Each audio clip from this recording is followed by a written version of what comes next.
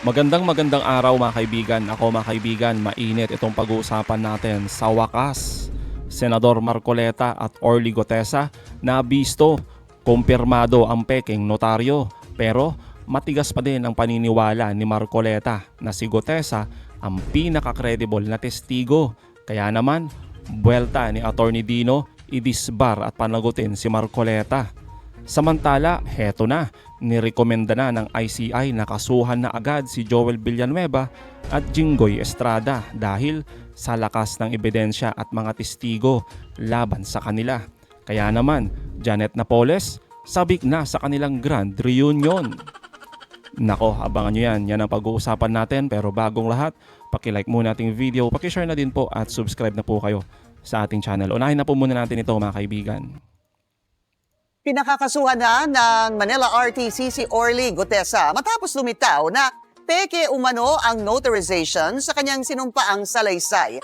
Sabi ng korte, hindi raw totoong pirma ni Attorney Pechi Rose Espera ang nasa affidavit na siya umanong nagnotaryo nito ayon kay Gotesa.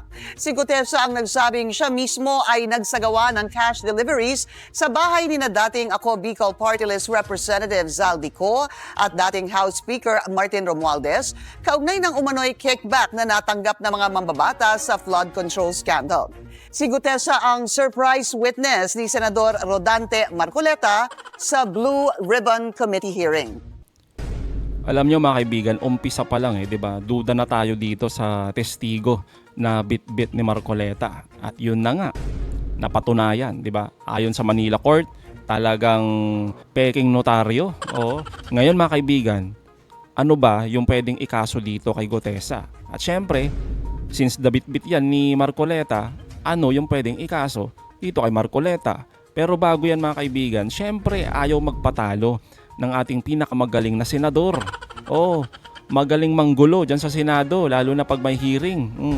Hearing, lalo na kung nangunguna dyan si Lacson, di ba? Ang tindi. Oh, pero saglit lang naman ito mga kaibigan, pakinggan nyo to. Ayun. Ikaw ba na nagpanotaryo? Tatanungin mo ba sa kanya? No. Gusto ko pong makita kung kayo po talagang pumirma nito. Nasaan po ba si attorney? Aha.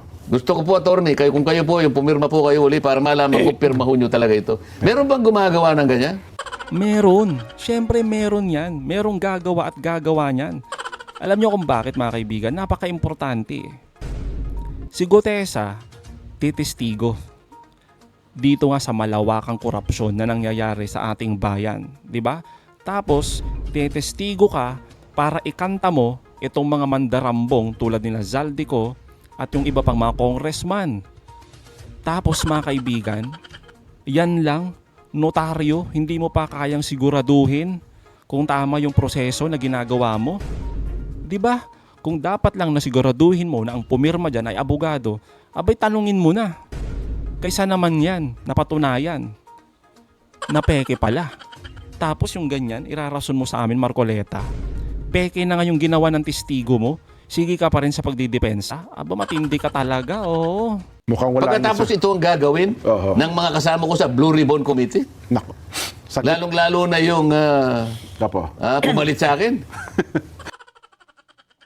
Alam nyo talaga itong mga kaibigan, no? Kaya nasasabihan talagang mayabang to si Senador Marcoleta Puro ka parinig. Ano ba naman yan? Hindi ka pa ba nakaka-move on? Napalitan ka na po, matagal na. Oh, nag-resign na nga si Senator Lacson pero ayaw pa rin sa yung ibalik.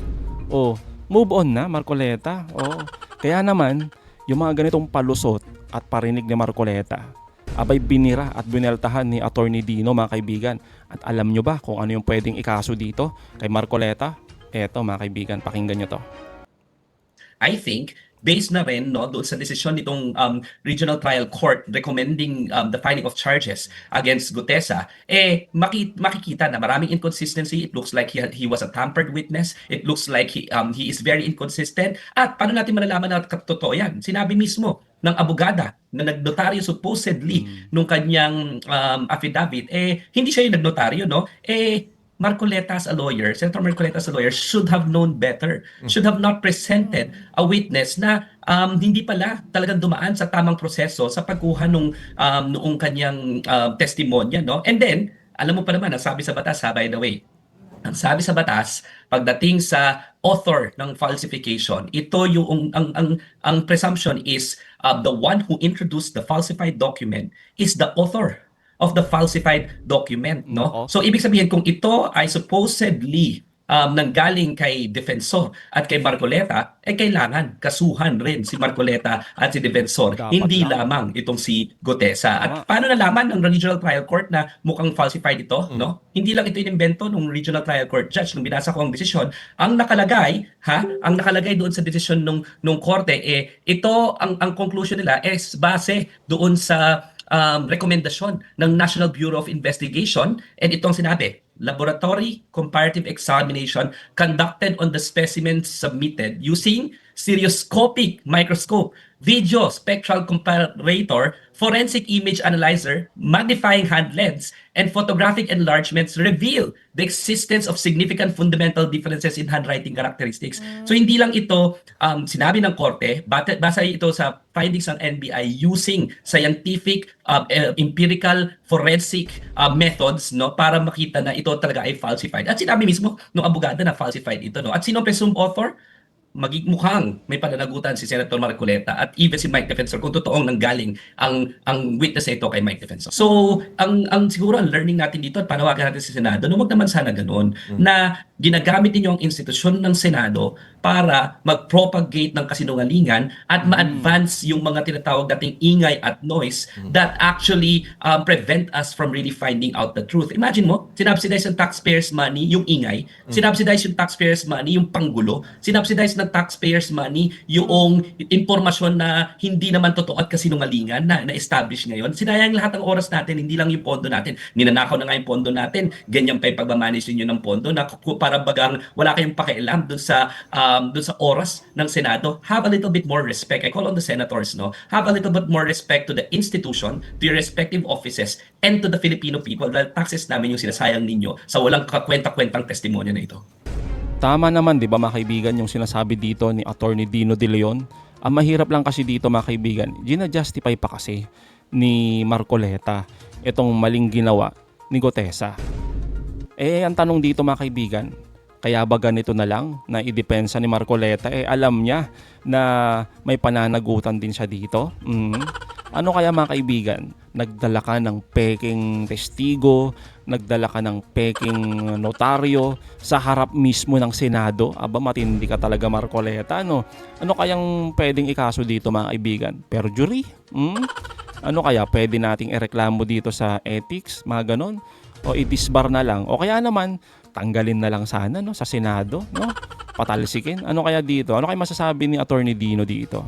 All of the above, no? Perjury, ethics complaint, disbarment complaint. Tsaka sa akin, dapat hindi binoboto yung ganyan kabago-bago sa Senado na kung ano na naman kababalaghan, nagiging author ng what appears to be a falsified document. No? Or sabi, di ba? Kasi nga, ang presumption is ang nag-introduce ng falsified document ayon sa batas ay siya yung author. No? Pero at the very least, introduced a falsified document into the records of the Senate. No? So, hindi lang yung pananagutan, di ba? Yun lang pag-isipan nating publiko na ganyan ba yung klaseng senador na gusto nating i-boto, yung nag-i-introduce supposedly ng mga witnesses na nagfa-falsify ng dokumento, no? So ang sagot ko diyan, all of the above. All of the above, dapat may pananagutan siya hindi lamang sa batas pati sa taong bayan, no? Naiintindihan ko na may mga bumoto sa kanya, pero sa atin naman hindi naman dapat tayo loyal sa personalidad, di ba? After manalo nung niluklok natin, bantayan natin at tingnan natin kung they will have the continuing ability to get our continued trust and confidence, di ba? Kung mayroong mga kababalaghan na ganyan, kahit binoto natin, sana wag na tayo umulit, lalong-lalo na kasinungalingan yung nilalagay sa Senate records. Basic yan Totoo naman mga kaibigan, no? Basic lang naman yan. Oo. Di ba? Irespeto mo sana yung Senado mismo na ikaw ay senador ng Pilipinas.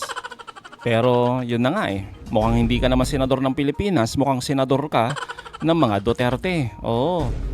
Di ba mga kaibigan? Tapos alam nyo ba, ang sinasabi ngayon ni Senador Marcoleta, eto, ang sabi niya mga kaibigan, siya na lang daw yung natitirang lumalaban sa katotohanan. Sabi niya mga kaibigan, ako na lang ata ang natitirang lumalaban sa katotohanan. Aba, matindi mga kaibigan, no? Kaya naman, eto yung sagot ni Attorney Dino sa kanya. With due respect kay Senator Marcoleta, no, para bang ikaw yung huling-huli kong may isip na nakikipaglaban para sa taong bayan, lalong-lalo na nung para ka nag-aabogado doon sa mag-asawang Diskaya na sinasabi na bago pa sila maging state witness, dapat ibalik nila yung pera. Pero kini-question mo yung legal basis na napakalinaw naman sa batas na the Department of Justice has the power to actually negotiate and to make sure na bago sila pumayag na ikaw ay maging state witness and they can impose reasonable conditions at napaka-reasonable na ibalik yung kinulumbat mong pera na inamin nyo naman sa Senate records at kitang-kita naman na napakadaming ghost projects. Pero imbis na dahil pinapasweldo ka ng taong bayan, imbis na taong bayan ang kinakampihan mo, mukhang nag-aabogado ka sa mga sa mga Diskaya ng mga oras na yon, di ba? Kung mag-aabogado na lang siguro si Senator Marcoleta para sa mga Diskaya, he should perhaps resign from the Senate and just sign an engagement letter with the Diskayas. Totoo naman mga kaibigan, di ba? Kasi nga halatang halata eh. Hindi mo maitatago yan, Marcoleta, na yun yung nakikita ng taong bayan na nag-aabogado ka sa mga Diskaya. Mantakin nyo mga kaibigan, no? Ipinapabalik yung mga pera na kinulimbat ng mag-asawang Diskaya, tapos ikaw, senador ng Pilipinas, haharang ka, ayaw mo. Tapos eto na naman, nagdala ka ng testigo dyan sa Senado. Ano yan, wala ka man lang due diligence?